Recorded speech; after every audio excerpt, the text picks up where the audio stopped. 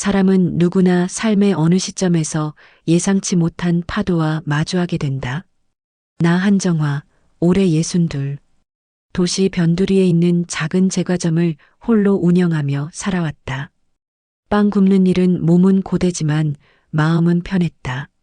이른 새벽 반죽을 치대며 반죽 속에 공기를 불어넣으면 어느새 내 하루도 함께 부풀어 오르는 것처럼 느껴졌다. 손님과 스쳐 지나가는 짧은 인사 정도가 하루의 전부지만 나는 그런 삶에 충분히 만족했다. 겉으로 보기엔 평범하지만 내 삶 안엔 나름의 온기와 질서가 있었다. 그 단순한 일상 속에서 가장 큰 기쁨은 외동아들 도윤을 지켜보는 일이었다. 남편은 일찍 세상을 떠났다. 도윤이 중학생이던 해 한겨울 공사장에서 일하시던 남편은 크레인 사고로 갑작스럽게 숨을 거두었다. 슬픔을 다 추스를 새도 없이 가장의 몫이 내게 넘어왔다. 새벽에 제과점 문을 열고 밤늦게 문을 닫는 일상이 이어졌다. 그 세월을 버티게 해준 건 단 하나, 아들 도윤이었다. 어려운 환경 속에서도 아이는 한 번도 투정 부리지 않았다. 대학도 장학금으로 다니며 스스로 아르바이트를 해 생활비를 충당했고 졸업 후엔 성실하게 직장 생활을 이어왔다. 그런 모습을 볼 때마다 저 아이는 반드시 좋은 가정을 꾸릴 것이다라는 믿음이 자연스럽게 자리 잡았다. 부모로서 더 바랄 게 없었다. 건강하고 성실한 삶, 그리고 정직한 마음. 내가 아들에게 물려준 건 돈도 아니고 재산도 아니었지만 그것보다 더 값진 것을 물려줬다고 믿었다. 그러던 평온한 어느 날이었다. 원래라면 사소한 하루였을 그날, 작은 파문이 내 삶에 일기 시작했다. 평소와 다름없이 제과점 문을 닫고 간단히 저녁을 챙겨 먹으려던 참에 도윤에게서 전화가 걸려왔다. 엄마, 이번 주 토요일에 시간 돼? 실없이 묻는 말이 아니었다. 목소리를 듣자마자 알아챘다. 뭔가 중요한 이야기라는 것을. 왜? 무슨 일 있니? 만나보면 알아. 근데 엄마도 좋아할 소식일 거야. 묘한 기대감이 목소리에 묻어 있었다. 그 순간 나는 직감했다. 아마도 여자친구를 소개하려는 것임을. 예상은 틀리지 않았다. 며칠 후 도윤은 한 여자와 함께 집으로 찾아왔다. 그녀의 이름은 신다은, 30살. 조용한 인상과 단정한 말투를 가진 여자였다. 첫 인사를 나누며 잠시 그녀를 바라보는데 이상하게도 마음 깊은 곳에서 설명하기 어려운 감정이 스며들기 시작했다. 과거의 경험 때문일까? 나는 사람을 볼 때 한 걸음 물러서서 보려는 습관이 있다. 겉으로 드러나는 모습보다 보이지 않는 부분을 더 주의 깊게 살펴야 한다는 걸 살아오며 배웠기 때문이다. 그녀와 처음 마주한 순간에도 마찬가지였다. 그녀는 친절했고 예의 바른 말씨로 나에게 인사를 건넸다. 하지만 이상하게도 그 단정함이 지나치게 계산되어 있다는 느낌을 지울 수 없었다. 어쩌면 내 편견일지도 모른다고 스스로를 다독였다. 그러나 내 마음속 깊은 곳에서 아주 작은 균열이 시작되고 있음을 나는 그때는 아직 알지 못했다. 사람의 진심은 시간이 지나야 드러나는 법이다. 그리고 때로는 작은 위선과 숨김이 더 큰 진실을 가리고 있다는 사실도. 그날 저녁 나는 다은이와 도윤이 함께 웃는 모습을 보며 스스로 안심하려 했다. 도윤이 행복해 보였다. 행복한 아들의 모습은 어떤 어머니에게든 가장 먼저 안도의 숨을 내쉬게 한다. 하지만 숨을 내쉬는 순간 내 마음속에서는 알 수 없는 불안이 아주 미세하게 흔들리고 있었다. 그때는 몰랐다. 그 미세한 흔들림이 앞으로 어떤 거대한 파도를 불러올지. 그날은 단지 시작일 뿐이었다. 사람 사이의 첫인상은 묘하다. 분명 짧은 순간일 뿐인데도 그 사람의 무엇인가가 마음에 남는다. 그것이 호감이든 불편함이든 그 본질은 설명하기 어려운 직감에 가깝다. 신다은이라는 여자를 처음 만난 날 내게 남은 느낌도 그랬다. 겉으로는 흠잡을 데 없었다. 말투는 조심스럽고 예의 바르며 도윤을 대하는 태도도 성숙해 보였다. 그런데 이상하게도 마음이 편안하지 않았다. 무언가 걸리는 구석이 있었다. 그녀는 마치 자신을 드러내는 걸 두려워하는 사람처럼 보였다. 말 한마디, 표정 하나에도 계산된 신중함이 스며 있었다. 그 신중함이 자연스러운 것이 아니라 꼭 가면을 쓴 듯 어색했다.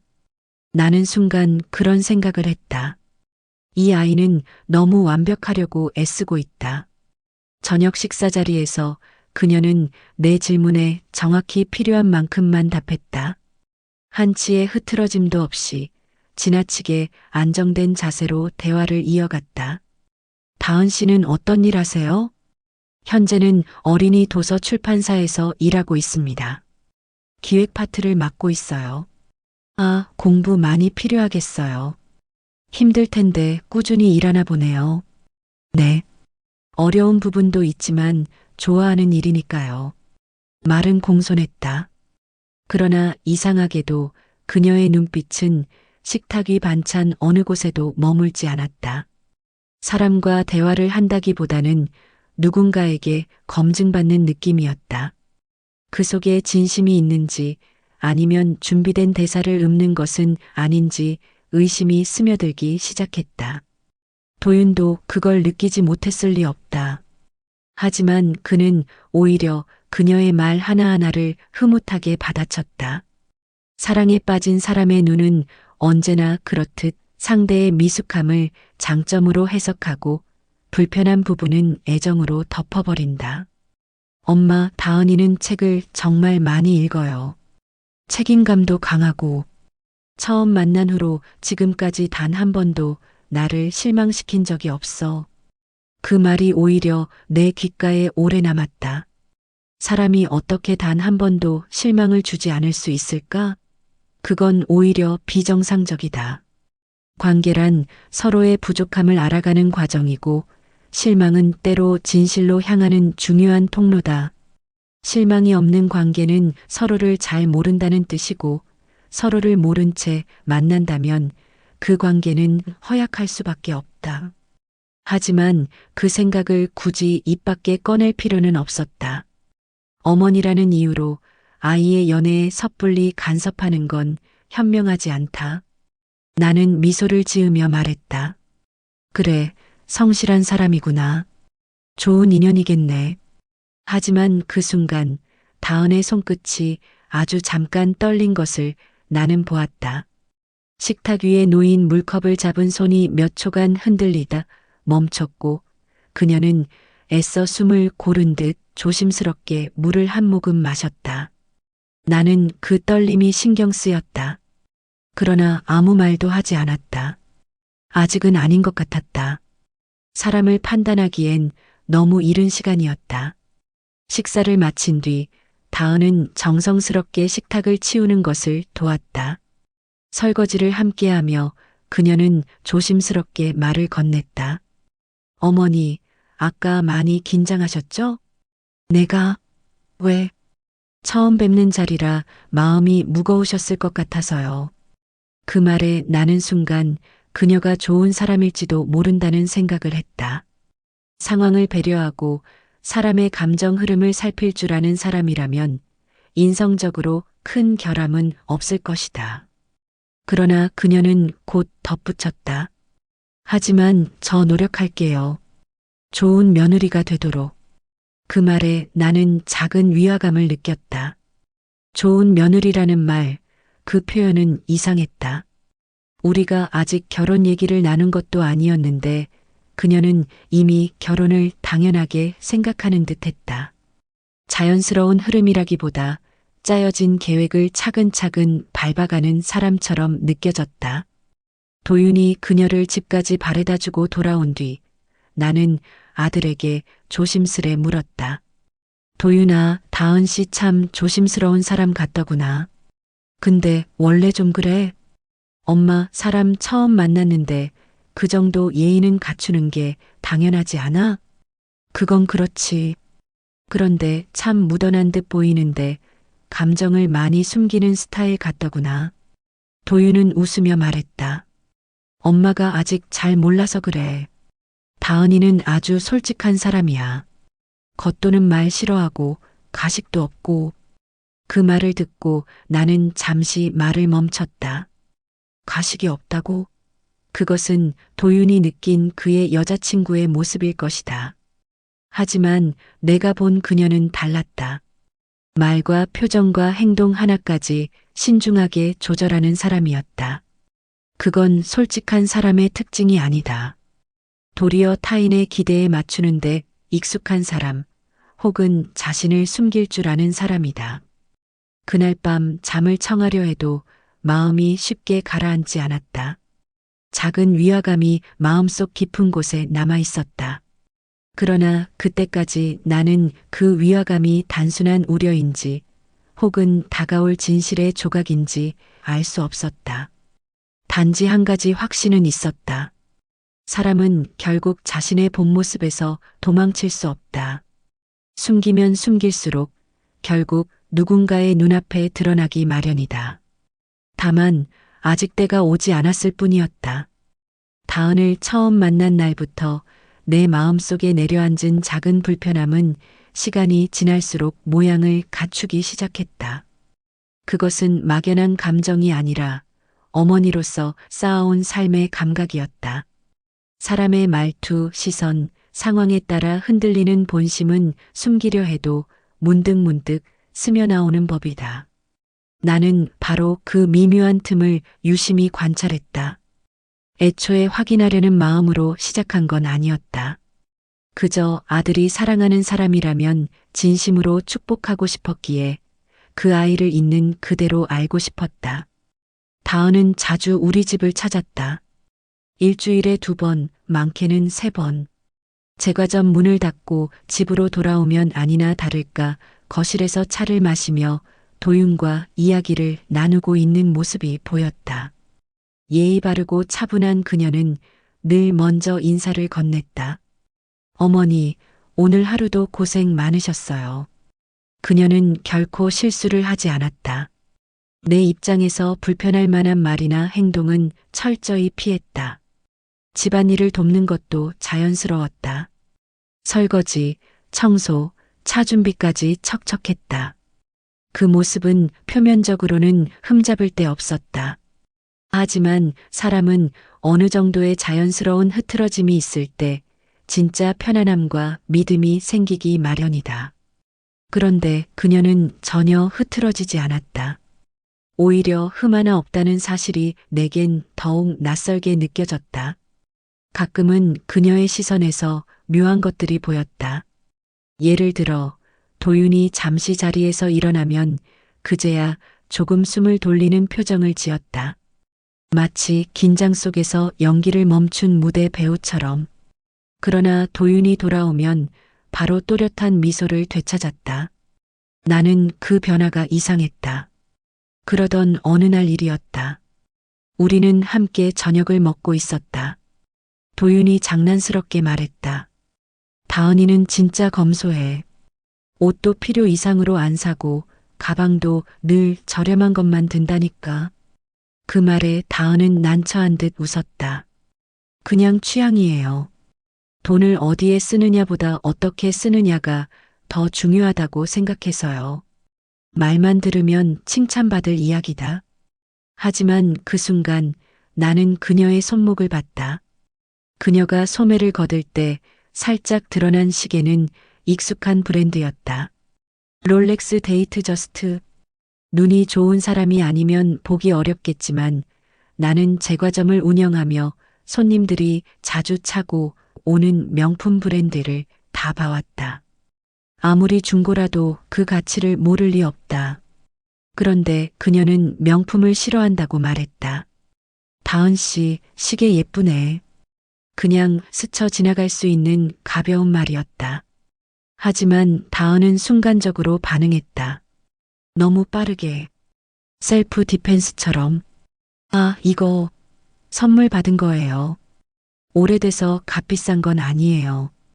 그 말 뒤에 덧붙인 억지 웃음이 튀는 듯 어긋났다. 그 어색함 때문에 오히려 진실이 반짝 드러났다. 아, 이 아이는 지금 자신을 설명하려 애쓰고 있다. 겸손이 아니라 방어였다. 그 장면을 지켜본 나는 마음속에 무언가 또렷하게 자리 잡는 걸 느꼈다. 이 아이는 자신을 숨기고 있다. 그게 전부였다. 하지만 왜, 무엇을 숨기고 있는 걸까? 며칠 후 나는 다은이라는 사람을 더 이해하고 싶어졌다. 단순한 의심으로 누군가를 평가하는 것은 옳지 않다는 걸 잘 안다. 그래서 나는 직접 대화를 시도하기로 했다. 제과점에서 빵을 굽던 어느 날 다은에게 전화를 걸었다. 시간 되면 잠깐 가게로 와줄 수 있을까? 줄게 있어서 그래. 그녀는 잠시 머뭇거리더니 흔쾌히 오겠다고 했다. 오후 3시쯤 그녀는 평소보다 훨씬 단정한 옷차림으로 나타났다. 늘 그렇듯 흠잡을 데 없는 모습이었다. 나는 막 구워낸 크루아상을 포장해 건네주며 말했다. 도윤이 일하느라 바쁜데 자주 챙겨줘서 고마워. 이건 그냥 마음이야. 어머니, 이런 거 안 주셔도 되는데 감사합니다. 그녀는 여전히 공손했다. 그래서 나는 본론으로 들어가 보기로 했다. 다은 씨는 우리 도윤이 정말 좋아하나 보네. 그녀의 눈빛이 잠깐 흔들렸다가 이내 고정됐다.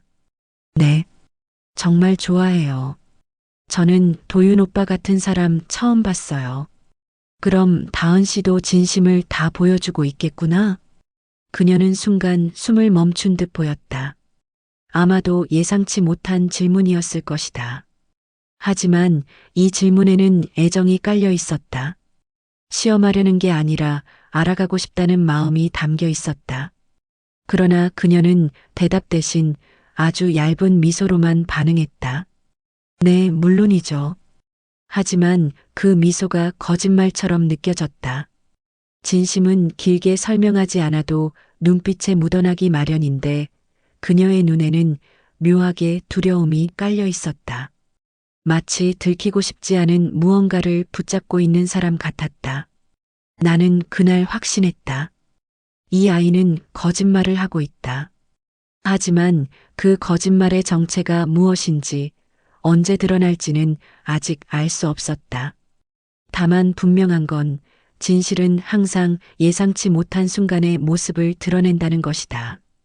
그리고 그날은 생각보다 빨리 찾아왔다. 사람을 안다는 건 쉽지 않다. 어떤 이는 자신의 속마음을 금방 드러내지만 어떤 이는 단단한 껍데기 속에 진짜 모습을 감춘다. 다은은 분명 후자였다. 여전히 예의 바르고 깍듯했고 말실수 한 번 하지 않았으며 늘 깔끔하고 정돈된 모습이었다. 그러나 그런 흠잡을 데 없음이 오히려 불편했다. 마치 진짜 마음을 감추기 위해 겉모습을 단련해온 사람처럼 느껴졌다. 나는 그녀를 싫어한 것이 아니었다. 그저 도윤의 인생을 함께할 사람이라면 진실을 보고 싶었다. 만약 진심이 아니라 가면을 쓰고 있다면 그건 곧 파국으로 이어질 수 있었다. 결혼은 두 사람이 서로를 선택하는 일이지만 그 선택에는 책임과 진심이 동반되어야 한다. 나는 그 확신이 필요했다. 그날도 평소처럼 제과점에서 일을 마치고 집에 돌아오니 도윤과 다은이 거실에서 이야기를 나누고 있었다. 도윤은 밝은 표정으로 말했다. 엄마, 토요일에 저녁 같이 드실래요? 다은이랑 같이 집에서 요리해서 먹으려고요. 그래, 그러자. 나는 웃으며 고개를 끄덕였지만 이미 마음속에서는 결심이 이루어지고 있었다. 이제는 다은의 진심을 확인해야 할 때였다. 다은 씨, 네 어머니.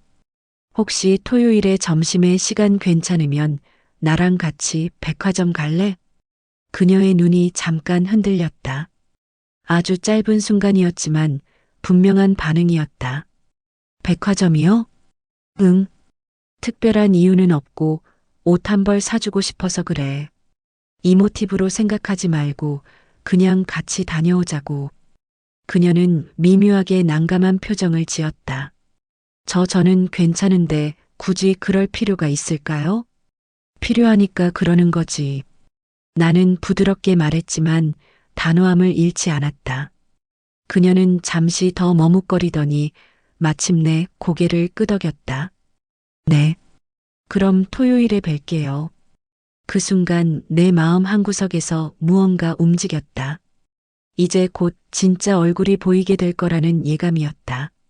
토요일 약속 시간보다 10분 먼저 도착한 나는 백화점 입구 앞에서 다은을 기다렸다. 잠시 후 그녀가 모습을 드러냈다. 그날도 단정하고 깔끔한 복장이었다. 그런데 자세히 보니 가방만은 유난히 낡아 있었다. 가죽이 여기저기 달아있고 스트랩은 헤어진 상태였다. 일부러 검소함을 보여주려는 듯한 인상이 들었다. 오래 기다리셨어요? 아니야. 이제 왔어. 가자. 백화점 안으로 들어서며 나는 그녀의 표정을 살폈다. 대부분의 사람은 백화점에 들어서면 약간의 설렘을 감추지 못하지만 다은은 오히려 긴장한 듯 보였다. 쇼핑을 즐기는 사람의 눈빛은 아니었다. 그렇다고 백화점이 낯선 사람도 아니었다. 그것은 익숙함을 숨기는 사람의 자세였다. 나는 자연스럽게 옷 매장 구역으로 걸음을 옮겼다. 다은 씨는 평소에 어떤 스타일 좋아해?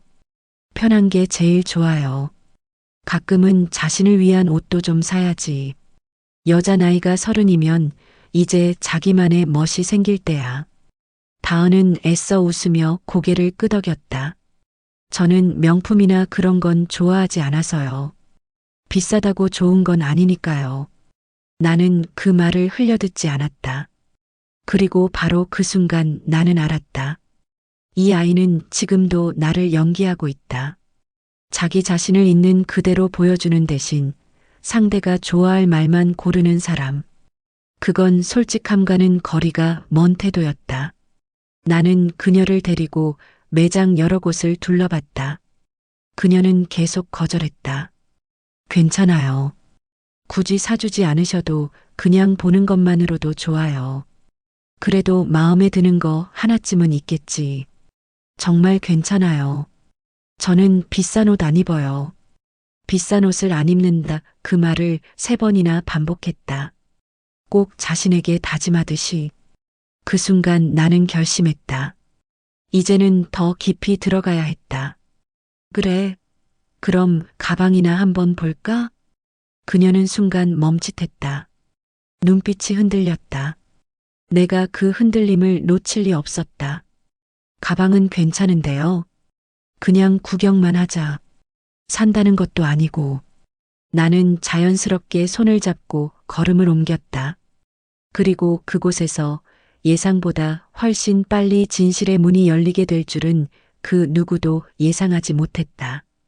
가방 매장으로 향하는 길, 나는 다은의 표정이 점점 굳어가는 것을 느꼈다. 앞서 걸으며 그녀를 지나치게 관찰하지 않으려 노력했지만 그녀의 긴장감은 공기처럼 전해졌다. 조용히 숨을 고르는 모습, 시선을 바닥에 두려는 습관, 그리고 손가락을 가볍게 꼼지락거리는 불안한 손짓. 이건 자신을 감추려는 사람이 흔히 보이는 반응이었다. 우리는 백화점 1층 중앙에 자리한 명품 브랜드 매장 앞에 섰다. 은빛 로고와 고급스러운 조명이 어우러진 쇼윈도 안에 신제품 가방들이 가지런히 놓여 있었다. 다은은 한동안 유리문 앞에서 움직이지 못했다. 마치 그 문턱을 넘는 순간 무언가 들통날 것이라 예감하기라도 한 듯. 들어가 보자. 내가 먼저 문을 열고 들어섰다. 그녀는 잠시 숨을 들이쉰 뒤 따라 들어왔다. 대리석 바닥 위로 구두 굽소리가 또각 울렸다. 매장 안은 고요했지만 무언가 팽팽한 긴장감이 감돌았다. 직원이 다가와 친절하게 인사를 건넸다. 어서 오세요. 어떤 제품 찾아드릴까요? 그냥 둘러볼게요. 나는 자연스럽게 대답했다.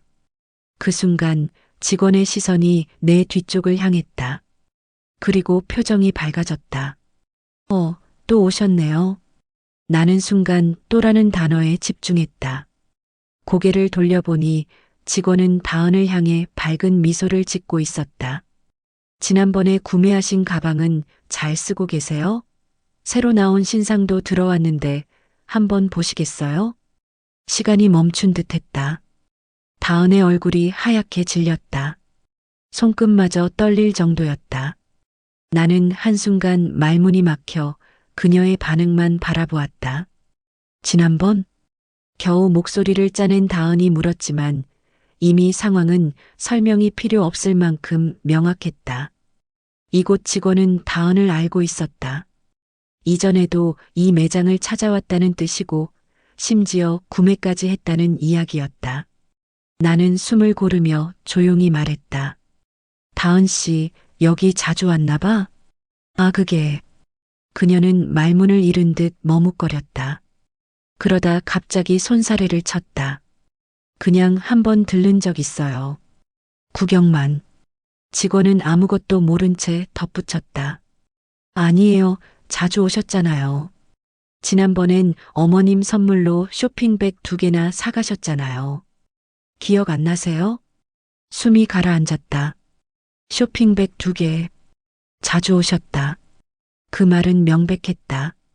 다은은 명품을 좋아하지 않는다고 했지만 최소한 그건 거짓이었다. 그녀는 당황했고 얼굴은 붉어졌다.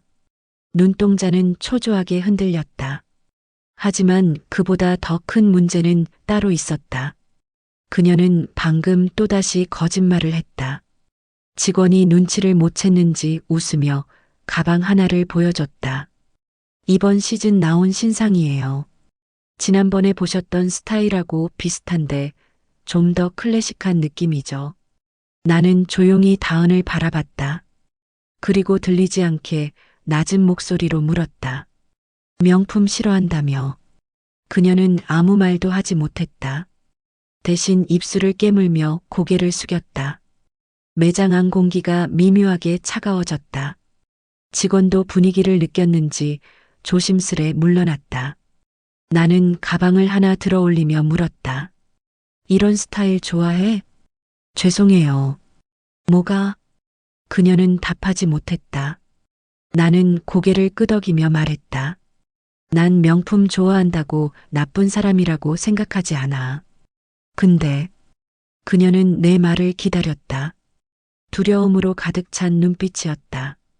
하지만 거짓말하는 사람은 못 믿겠다. 다은의 어깨가 비저불리 떨렸다. 그 표정에서 깨달았다. 이 아이는 겉으로는 차분하게 보이지만 약한 사람이었다. 두려움 때문에 진실을 숨기는 사람. 하지만 진심보다 체면을 택한 순간부터 관계는 금이 가기 마련이다. 나는 더 말하지 않았다. 대신 그녀에게 마지막 선택을 주기로 했다. 나가서 이야기하자. 그렇게 우리는 매장을 나와 조용한 카페 한쪽으로 향했다. 이제 진실을 마주해야 할 시간이었다. 카페 한켠 사람들이 적은 조용한 구석에 앉아 다은은 손을 떨며 종이컵을 쥐고 있었다. 따뜻한 커피를 주문했지만 한 모금도 마시지 못했다. 뜨거운 건커녕 차가운 현실 앞에서 그 아이의 마음은 이미 얼어붙어 있었다.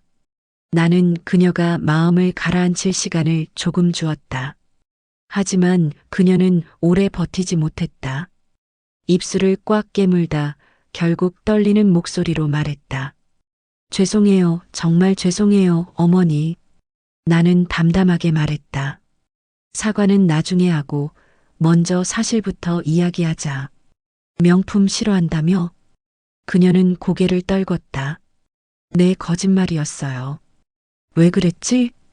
그녀는 쉽게 대답하지 못했다. 마음속에서 끌어올려야 할 무언가가 있는 듯 했다. 몇 초간 침묵 끝에 겨우 입을 열었다. 도윤 오빠가 그런 여자를 싫어했어요. 무슨 말이야? 그녀는 힘없이 웃었다. 그 웃음에는 자조와 체념이 뒤섞여 있었다. 오빠가 처음 말했어요. 난 겁먹던 사람 질색이야. 허영심 있는 사람, 거칠해하는 사람 정말 싫어. 그래서 그 앞에서는 진짜 제 모습대로 살 수 없었어요. 나는 그 말을 듣고도 쉽게 동의하지 않았다. 그래서 거짓말을 했다고? 네. 한 번도 솔직하게 말해볼 생각은 안 했고? 없었어요. 왜? 그녀는 고개를 들었다. 그리고 그 눈빛 안에는 처음 보는 감정이 담겨 있었다. 절실함, 두려움, 그리고 상처. 잃고 싶지 않았어요. 그녀는 그렇게 자신의 이야기를 풀어놓기 시작했다. 목소리는 여전히 흔들렸지만 감정은 가라앉아 있었다. 마치 언젠가부터 혼자 반복해온 회상처럼 익숙한 듯한 슬픔이 담겨 있었다. 저 사실 명품 좋아해요. 저한테 명품은 기념 같은 거였어요. 힘들 때마다 제 자신을 붙잡아주는 도구 같은 거요. 그녀는 고등학교 때 집안이 무너졌다고 했다. 아버지 사업 부도가 나서 집이 경매로 넘어가고 부모님은 이혼했다. 대학 등록금이 없어 휴학을 반복했고 아르바이트를 전전하는 생활을 했다. 그런 와중에도 꿋꿋이 버티며 대학을 졸업했지만 편견과 현실의 벽은 높았다. 그때 깨달았어요. 세상은 사람을 속으로 평가해요. 내가 누군지 말하기 전에, 내가 어떤 사람인지 보여주기 전에, 그냥 가진 걸 보고 판단하더라고요. 그녀의 말은 흔한 하소연처럼 들릴 수도 있었다. 하지만 한 가지는 확실했다. 그녀는 자기를 지키기 위해 껍질을 만든 사람이었다. 어느 날 오랜 시간 아르바이트에서 모은 돈으로 처음 명품 지갑을 샀다고 했다. 그 지갑 하나가 신분증이었어요. 제가 초라하지 않다고 느끼게 해주는 유일한 증표였어요. 나는 잠시 말없이 그녀를 바라봤다. 이해는 되지만 여전히 수긍할 순 없는 이야기였다. 진짜 문제는 명품이 아니었다. 그래서 지금도 명품 좋아한다는 거구나. 그건 이해할 수 있어. 내가 말하자 그녀는 조심스럽게 고개를 끄덕였다. 하지만 나는 이어서 말했다. 하지만 명품 좋아하는 게 문제가 아니라 거짓말한 게 문제야. 그녀는 말을 잇지 못했다. 나는 더욱 직설적으로 물었다. 왜 도윤이 앞에서는 숨겼지? 그녀는 낮게 침을 삼켰다. 오빠는 저 같은 여자 싫어할 거라고 생각했어요. 그 사람은 너무 바르고 성실한 사람이에요. 제가 가진 세상의 먼지 같은 걸 보면 분명 실망할 거라고 생각했어요. 그래서 두려웠어요. 순간 나는 마음 깊은 곳이 묘하게 흔들리는 걸 느꼈다. 그녀는 나쁜 아이가 아니었다. 계산적이라기보다 불안한 사람이었다. 부족함을 감추기 위해 완벽한 척 꾸며온 사람. 기억나는 말이 있었다. 완벽해야 사랑받을 수 있다. 그녀는 딱 그런 믿음을 가진 사람이었다. 하지만 나는 고개를 저었다. 그게 진심이라면 내가 한 건 사랑이 아니라 연기야. 그녀는 고개를 숙였다. 그래요, 알아요. 근데 버릴 수가 없었어요. 들킬까봐 무서웠어요. 그 목소리는 오히려 사람 마음을 더 아프게 했다. 하지만 진실은 진실이었다. 아무리 이유가 있어도 거짓으로 시작한 관계는 오래 갈 수 없다. 나는 조용히 말했다. 결국 언젠가는 터질 일이었어. 다은은 아무 말도 하지 못했다. 눈물이 그녀의 손등 위로 뚝 하고 떨어졌다. 하지만 나는 위로하지 않았다. 위로는 진실을 마주한 사람에게만 의미가 있는 법이다. 아직 그녀는 진심을 다 꺼낸 것이 아니었다. 그날 밤 나는 집에 돌아와야 했지만 발걸음이 쉽게 떨어지지 않았다. 다은과의 대화를 정리하며 집으로 돌아오는 길은 낯설게 차가웠다. 핸드폰을 꺼내 시간을 보니 밤 9시. 도윤은 이미 집에 도착해 있을 시간이었다. 문을 열고 들어서자 거실에서 TV 불빛만 은은히 새어나오고 있었다. 엄마, 어디 다녀오셨어요? 도윤이 나를 보고 일어섰다. 평소와 다를 바 없는 표정이었다. 그러나 나는 이제 이 아이가 가장 아끼는 세계를 건드려야 한다는 것을 알고 있었다. 그 생각에 마음 한구석이 무거웠다. 하지만 피할 수 없는 일이었다. 언젠가는 드러날 일이었고 그것이 바로 오늘이었을 뿐이다. 도윤아, 우리 이야기 좀 하자. 내 표정을 보자마자 도윤은 감지했다. 무언가 단순한 대화가 아니라는 것을. 소파에 마주 앉아 그는 조심스레 물었다. 무슨 일인데 그래요? 나는 숨을 한번 고르고 말했다. 오늘 다은 씨랑 백화점에 다녀왔어. 그 한마디에 도윤의 얼굴이 굳어졌다. 엄마 혼자 다은이를 데리고요? 그래. 너한테는 말 안 했어. 그는 어딘가 불길한 기색을 보이며 물었다. 왜요? 무슨 일 있었어요? 나는 빙 돌려 말하지 않았다. 진실은 돌려 말하면 변질되기 마련이다. 다은 씨가 명품 좋아하는 거 알고 있었니? 그의 표정이 미묘하게 흔들렸다. 하지만 곧 단호하게 말했다. 아니요. 다은이는 그런 사람 아니에요. 거칠에 싫어하고. 그건 거짓말이야. 나는 단호하게 말을 끊었다.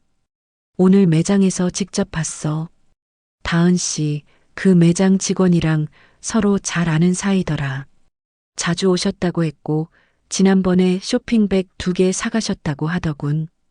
도윤은 잠시 아무 말도 하지 못했다. 머릿속이 복잡하게 돌아가는 듯한 표정이었다. 그러나 이내 억지로 웃음을 띄우며 말했다. 매장 직원이 착각했겠죠. 그런 일 흔해요. 사람 잘못 보는 거. 직원이 이름까지 불렀어. 그리고 지난번 결제 방식까지 말하더구나. 이번에도 카드로 하실 건가요? 라고. 그의 미소가 서서히 사라졌다. 나는 이어서 말했다. 다 들었어.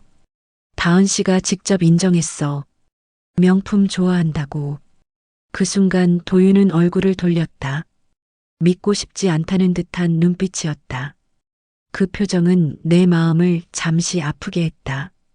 하지만 더 아픈 순간은 이제부터였다. 감정의 폭발. 왜 그런 이야기를 엄마 혼자 들었어요? 도윤의 목소리가 낮게 흔들렸다. 왜 저한테 말하기 전에 다은이를 만나서 그런 질문부터 하세요? 그 말은 예상한 감정이었다. 어머니로서 가장 듣기 힘든 말이지만 감수해야 했다. 내가 모르는 게 많아서 그래. 나는 다은 씨가 어떤 사람인지 알고 싶었고, 그걸 왜 엄마가 확인하려고 하죠? 그건 제가 할 문제예요. 그의 목소리가 처음으로 거칠게 올라갔다. 나는 흔들리지 않았다. 내가 못 봤으니까. 내 앞에선 다은 씨가 진짜 모습을 보여주지 않았으니까. 그건 엄마 생각이죠. 엄마는 왜 다은이를 있는 그대로 보려고 하지 않아요? 사람은 누구나 단점이 있고 실수할 수도 있어요. 명품 하나 좋아한다고 뭐가 그렇게 문제죠? 나는 조용하고 단단한 목소리로 말했다. 명품이 문제가 아니라 거짓말이 문제라고 했지. 잠시 정적이 흘렀다. 그러나 도윤은 쉽게 물러서지 않았다. 사람은요, 누구나 숨기고 싶은 부분이 있어요. 완벽한 사람은 없어요. 숨기는 것과 거짓말하는 건 달라. 그리고 사랑하는 사람에게 진짜 자신을 보여줄 용기도 없는 사람이라면 결혼이란 선택은 하면 안 돼. 엄마는 왜 그렇게 단정해요? 사랑은 있는 그대로의 상대를 받아주는 거라고 했잖아요. 사랑은 진짜 상대를 알게 된 후에 받아들이는 거야. 대화는 서로 다른 신념의 충돌이었다. 도윤은 사랑을 믿었고 나는 현실을 알고 있었다. 그리고 그 틈은 쉽게 메워지지 않았다. 진실을 마주한 다은. 그때 현관문이 열렸다. 다은이 들어서고 있었다. 우리 대화가 격해진 줄 몰랐는지 조심스레 인사했다. 안녕하세요. 하지만 분위기를 느끼자마자 그녀는 고개를 떨구었다. 도윤은 그녀를 보자 곧장 다가갔다. 다은아, 엄마가 너 명품 좋아한다고 했는데 그게 무슨 말이야? 그녀는 답하지 못했다. 이미 알고 있었다. 이 대화가 오늘 밤 끝날 일이 아니라는 걸. 오빠 미안해. 거짓말이야? 도윤의 목소리는 떨리고 있었다. 나는 그 얼굴을 보고 마음이 무너지는 기분을 느꼈다. 미안해, 그때는 말할 수가 없었어. 왜? 그녀는 울먹이며 말했다. 오빠를 잃고 싶지 않았으니까. 긴 침묵이 흘렀다. 그 순간 방 안은 흔들리는 감정으로 가득했다. 도윤의 첫마디는 낮고 무거웠다. 그건 사랑이 아니야, 다은아. 그녀의 눈에서 눈물이 쏟아졌다. 아니야, 나 진짜 오빠 사랑해. 그게 왜 사랑이 아니야. 사랑이면 솔직해야 해. 사랑이면 숨기지 않았어야 해. 사랑이면 나를 믿었어야 해. 그의 마지막 말이 끝나자 다은은 완전히 무너져 버렸다. 미안해, 정말 미안해. 하지만 그 사과는 더 이상 닿지 않았다. 사랑보다 신뢰가 먼저 무너졌기 때문이었다. 그날 밤은 아무 말 없이 끝났다. 도윤은 방으로 들어가 문을 닫았고 다은은 혼자 조용히 떠났다. 나는 불 꺼진 거실에 혼자 앉아 있었다. 아무도 울지 않았지만 모두 울고 있었다. 인생에서 진실을 마주하는 순간은 언제나 잔인하다. 그날 이후 집안의 공기는 차갑게 가라앉았다. 누구도 울음을 터뜨린 것은 아니었지만 우리는 모두 울고 있었다. 보이지 않는 균열이 이미 깊이 생겨 있었고 그 틈을 메울 방법을 아무도 알지 못했다. 이틀 동안 도윤은 방에서 거의 나오지 않았다. 출근을 하긴 했지만 말수는 줄었고 눈빛은 공허했다. 나는 그 모습을 보며 가슴이 먹먹해졌다.